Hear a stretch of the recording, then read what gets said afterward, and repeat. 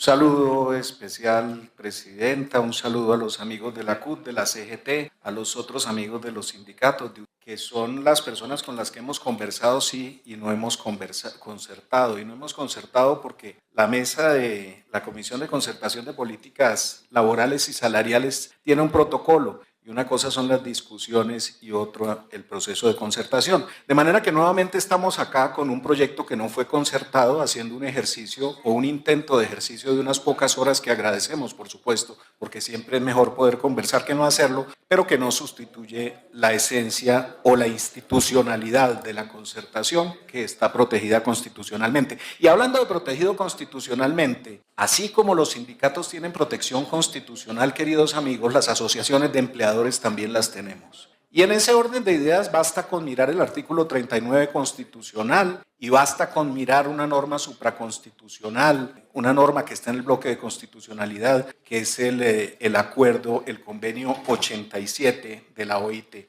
Bien, queremos darle un saludo solidario a los congresistas que hicieron parte y que tomaron las decisiones en uno u otro sentido en la Comisión Octava del Senado de la República. Entendemos que desde la Revolución Francesa, y perdón la referencia, no hay constitución donde no haya declaración de derechos ni división de poderes. Y acá, aunque haya diferencias, esperamos y entendemos, senadora, y agradecemos su esfuerzo porque haya un principio que, si bien es cierto en Colombia no es tan conocido, sí es sumamente importante, y es la lealtad constitucional. Lealtad constitucional que impregna también la separación de poderes y el respeto por las diferencias. Bien, queridos amigos, el gremio que representamos, que es FENALCO, solamente, dirían algunos, representa el 17% del Producto Interno Bruto de este país, pero también representa el 33% de los trabajadores del país. 1 de cada 3 trabajadores de Colombia trabaja en el sector de comercio. Y se trata de 7.749.000 empleos. Bien, el señor ministro hizo referencia a unos estudios. Yo le invito a los colombianos y a los que nos precedieron en el uso de la palabra, que han hecho referencia a la importancia de partir de estudios técnicos, no de aproximaciones, sino de estudios técnicos. Les recomendamos el estudio de Fedesarrollo, que dice que el aumento de costos sería del 18.6%. Claro, es anterior a la reforma laboral que se presentó, pero también incluye menos elementos de los que tiene este proyecto de reforma laboral.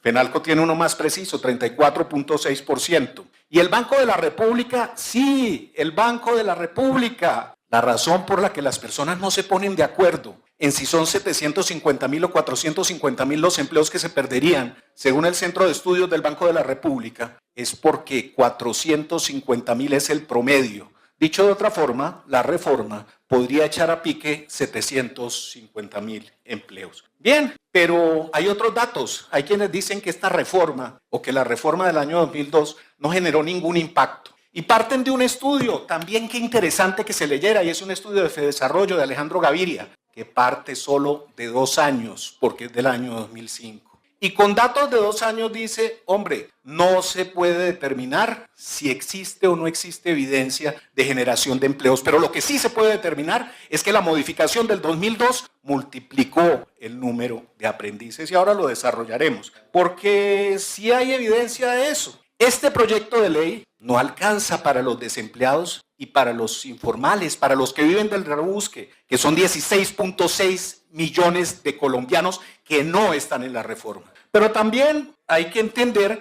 que, según las últimas cifras del DANE, de cada 5 empleos que se generan hoy en Colombia, 4 son informales. ¿Qué quiere decir eso? Que pueden estar por debajo del salario mínimo, que están en unas condiciones que son las que no desearía nadie de los que está acá. Pero también hoy hemos oído que hay 450.000 aprendices. Nosotros tenemos una cifra distinta, inferior. 368.000 aprendices del SENA. Quiero convidarlos, invitarlos a que miren por la información del SENA, antes de la reforma, ¿cuántos aprendices tenía el SENA? 33.327 en 2002. Ocurre la reforma, Presidenta, y después de la reforma se duplican un poco más, 72.087 aprendices del SENA, y de 33.000 aprendices pasamos a 368.000, 450.000 nos enteramos hoy. Bien, y dicen que con datos de las empresas grandes, Colombia es un país 95, un poco más de micro, pequeñas y medianas empresas. La reforma va a generar empleo y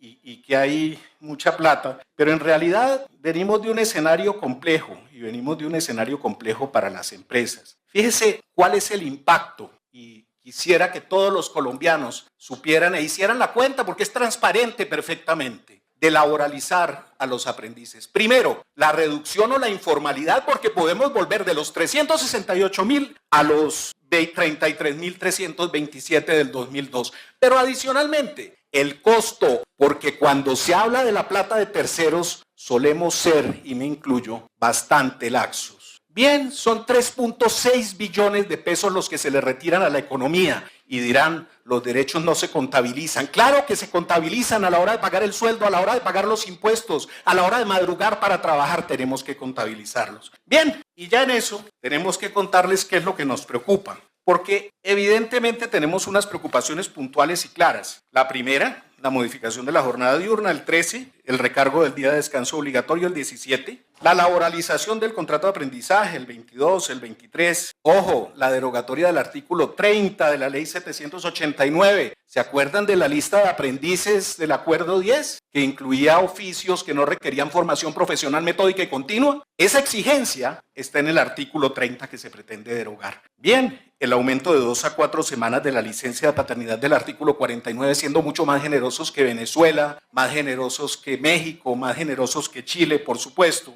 Y así sucesivamente. Pero también queremos compartir con ustedes y por supuesto a disposición de ustedes las fuentes que son fuentes públicas, los que nos preocupa de los motivos de inconstitucionalidad de los artículos, algunos artículos del proyecto de ley. En primer lugar, artículo literal K del artículo 62, una conducta que se llama denigrar de los sindicatos y difundir informaciones difamatorias. Ustedes saben que las conductas antisindicales, queridos amigos, se pueden penalizar, pero no son tan amplias actualmente como para incluir una que sea denigrar. ¿Quién decide qué es denigrar? Denigrar es ofender. Nosotros hemos sufrido diariamente, Presidenta, ofensas y entendemos que han denigrado y no por eso creemos que la libertad de expresión se deba penalizar. Hay una enumeración abierta en el artículo 10 que no es taxativa, sino que debería ser meramente taxativa, pero también hay disposiciones que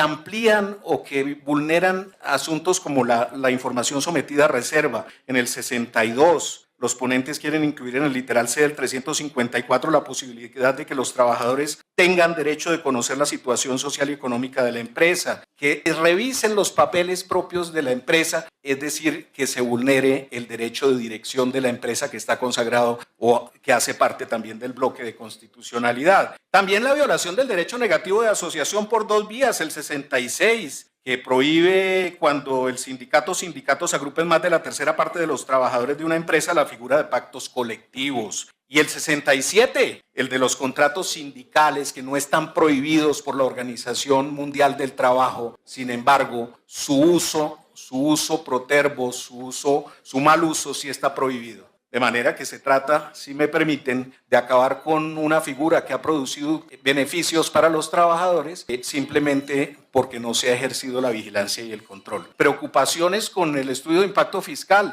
El artículo 2, las relaciones que regula, incluyen los empleados, los trabajadores oficiales. ¿Cuánto cuesta eso? El tercero también establece, incluye a los oficiales. El 78, loable la vinculación de las madres comunitarias y sustitutas. ¿Cuánto vale? Algunas modificaciones que proponemos, muy rápido, adicional a las preocupaciones que tenemos. El 21, medidas, la definición de eliminación de violencia y acoso, revísenla por favor, porque no es clara y podría dañar la disposición actual. El contrato de aprendizaje, beneficios para las empresas cuando se acabe el contrato de aprendizaje. Es que el problema no está en el contrato de aprendizaje, sino el día siguiente al que se acaba el contrato de aprendizaje. La monetización, que es una gran derrota. Uno monetiza porque no puede contratar, no porque no quiera contratar. Y en ese caso, si no hay disposición de aprendices o oferta de aprendices, pues necesariamente habrá que eximir a las empresas.